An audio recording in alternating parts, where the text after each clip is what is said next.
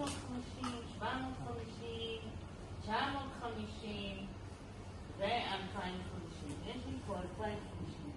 טוב, אני אלך לי להתקלח ואחר כך אני אלך לעשות קניות. מרשים לי? כן.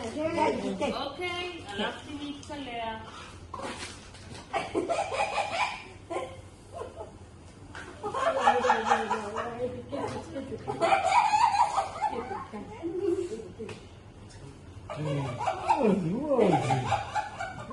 וואי, זה כיף לי, אני אחרי מקלחת.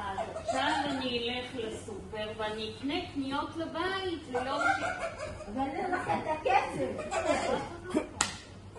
לאן נעלם לי הכסף? איך אני אוכל לקנות ארוחת ערב? איך אני אוכל לקנות אוכל לשבת? קאט, אני אגיד, מפסיקים, תודה אילת, מגיע למחיאות כפיים. חבר'ה, מה קרה פה? מי יכול להסביר? אבל